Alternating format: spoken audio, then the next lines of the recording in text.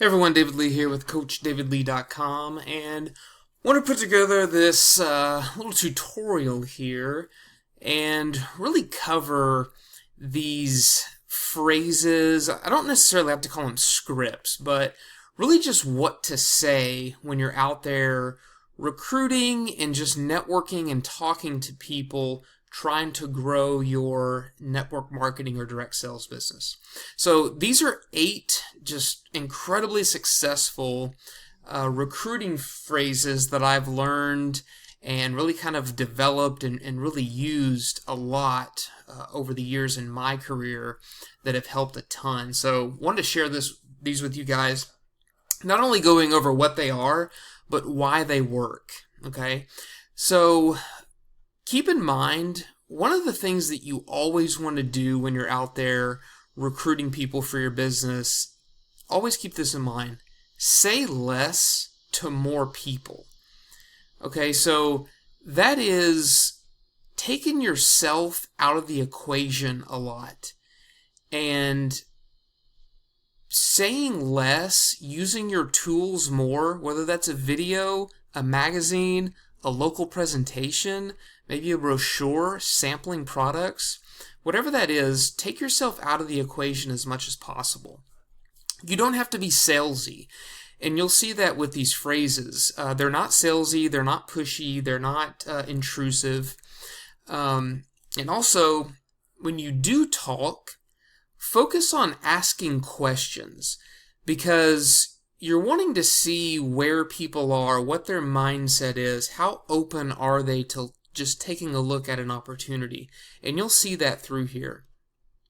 Always keep in mind that recruiting is focused more on just inviting people to take a look at something and not the actual presentation. So these phrases aren't presenting, they're just scratching the surface to see if people are open just to take a look at something. Or, if you know them very well, just to take a look at something that you're doing. Okay, so keep in mind, inviting and not presenting. You're not the presenter, you're the inviter. Okay, so number 1 phrase, I'm in a hurry, but... Okay, and what comes after that is whatever makes sense for you and your business and your company. So things to keep in mind about this one. Always good to be in a hurry. Don't linger. Being in a hurry really kind of sets the pace. It sets the tone. It lets your person or your prospect or whatever know that you don't have a lot of time to talk. You don't have a lot of time to chit-chat. And if you're going through a lot of invites, you don't have a lot of time. And it helps eliminate you talking too much. It helps eliminate you babbling on. Okay, remember, you're just inviting. You're not presenting anything. You're just inviting. So it gets right to that invite. Letting them know that you're in a hurry gets right to that invite. So whatever response they give, you've already told them you're in a hurry. Okay, so you gotta make it quick. An invite should be no more than 60 seconds. Okay. Eliminate the chit-chat, just make it real quick. A little specific phrase I like to use is, hey, John, I'm in a hurry, but I wanted to see if you could do me a quick favor. It will only take you about 15 minutes. And then shut up, okay? See what they say. See what their response is after you say that. You're just seeing if they're open, if they have 15 minutes for you. Okay, so you're just seeing, do they have 15 minutes for you? If they say, sure, what is it? What do you got? Then go on with your whatever makes sense with your company. For us, it's a video. So we ask them, do you have 15 minutes right now? If they say no, we say, no problem. What time could I call you back when you would have 15 minutes? That's it. Okay, so that's the purpose of that. Number 2, I love this one. Would you be open to? And then again, whatever makes sense for your company. I love it because it's not intrusive. You're just asking, would you be open to? And this is a totally different level. The magic word is open. Just seeing if they're open to taking a look or maybe trying some samples or something like that. You're not asking them to join. You're not asking them to be a customer. You're just seeing if they're open. This question is a lot harder to say no to. People don't like to say, no, I'm not open to. Okay? They don't like to come across as having a closed mind. Okay? And it also helps you figure out people's mindset. If somebody's not even open to taking a look at what you're doing, then they're probably not going to be a good business partner if they have such a closed mind that they're not even open to taking a look. Notice the difference. You're not even asking them to take a look yet. You're just seeing if they're open to taking a look, or maybe taking a look at a way to make some extra money. Okay? And I got to give this next specific phrase, hat tip to Ray Higdon, because I did learn it from him, and it's absolutely awesome. Would you be open to other ways of making money if it didn't interfere with what you're already doing? That's really hard to say no to. Most people are not going to say, no, I'm not open to ways of other ways to making money. Okay? Most people are at least open to it, and that's the key here. Okay, number 3. This may or may not be a fit for you, and then you can kind of finish that out with whatever way makes sense to you, and we'll cover that. This is super no pressure. You're not even asking them, if it's for them, or, hey, I got something that you got to take a look at. I know you're going to love it. Remember, this may or may not be a fit for you. Okay? So you're automatically telling them, hey, I understand this may be a fit for you, or it may not be, and you're fine either way. You're fine if they decide to join or if they don't. If they decide to buy from you or if they don't. You're fine either way, and you're letting them know that up front. Okay? So you're letting them know that you're just seeing if they're open to taking a look. Because you're bringing them value. You're bringing them an opportunity. Let them know that you don't need them. Okay? It's their benefit. So they may be a fit for it, they may not. And you're totally fine either way. And the key with that is to never be addicted to the outcome. Never approach somebody just hoping they join. You just got to have this person. That's not it at all. Because this type of approach could also result in some referrals. Okay, so even if they don't join you, they may be able to refer some people to you. So specific kind of sentence that I like to use, this may or may not be a fit for you, but I definitely would love for you to understand what I'm doing because we may be able to help each other out. Okay, you may be able to bring each other mutual benefit, which is huge. So, just want to make sure you're getting some value so far. We covered 3 of them. If you are, definitely give it a like or thumbs up. Share this out to people. If you know some other people that will definitely give some value, would really appreciate it. So let's move on to number 4. Number 4 phrase, you may know some people I should be talking to. This is a great follow-up from number 3. And it works because it pays them a compliment, right? It lets you know that you think they're pretty connected. They're pretty connected. That they're in a position to help you. So you've kind of put them on a pedestal. And again, it's great for getting referrals. It directly implies that you may know some people that I should be talking to. One of the specific types of phrases I like to use is, you're one of the most connected people I know. Or, you seem like a pretty connected person. And then you can follow that up with, you may know some people I should be talking to. So in other words, you're just kind of asking them for their help.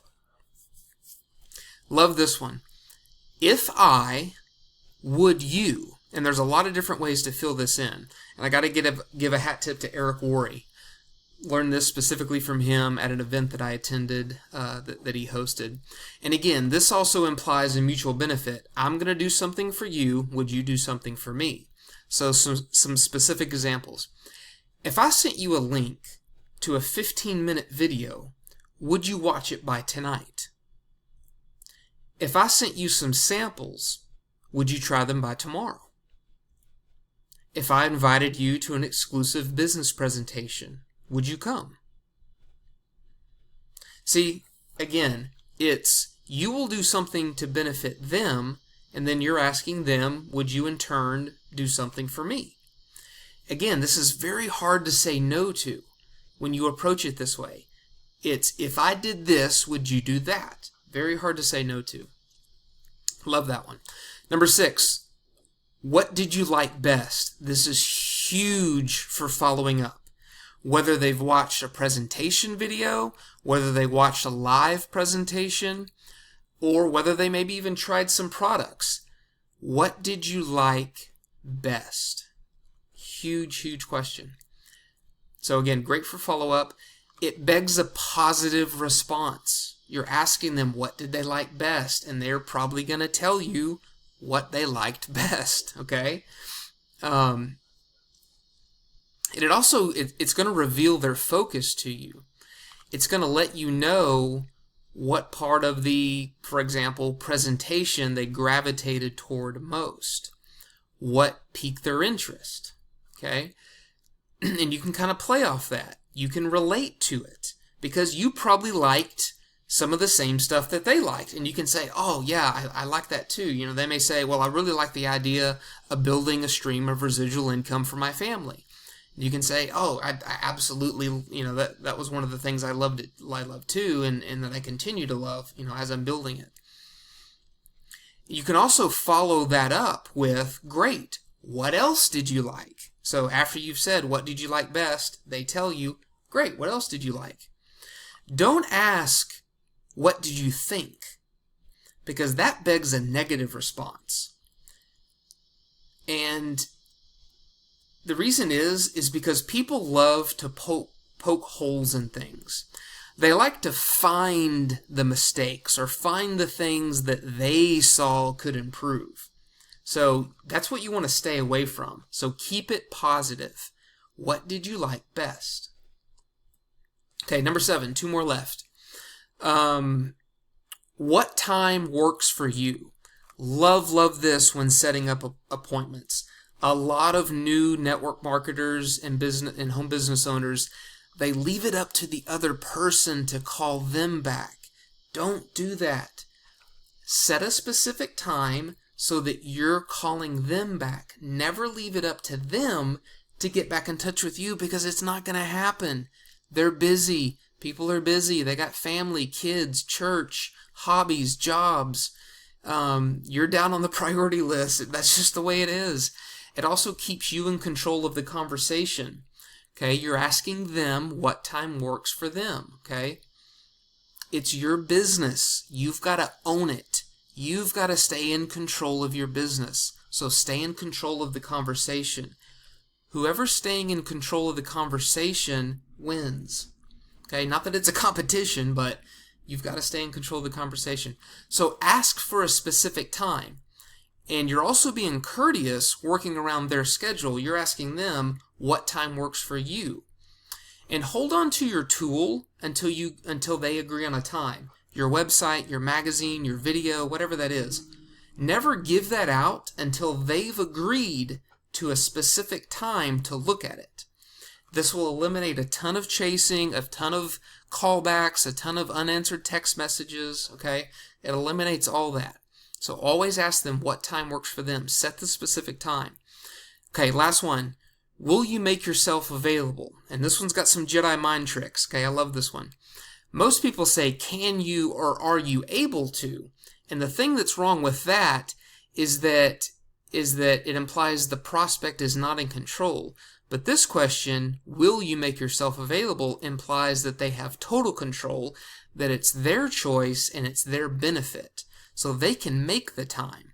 It's also harder to say no to because people don't want to come across as, no, I can't make myself available, or no, I won't make myself available.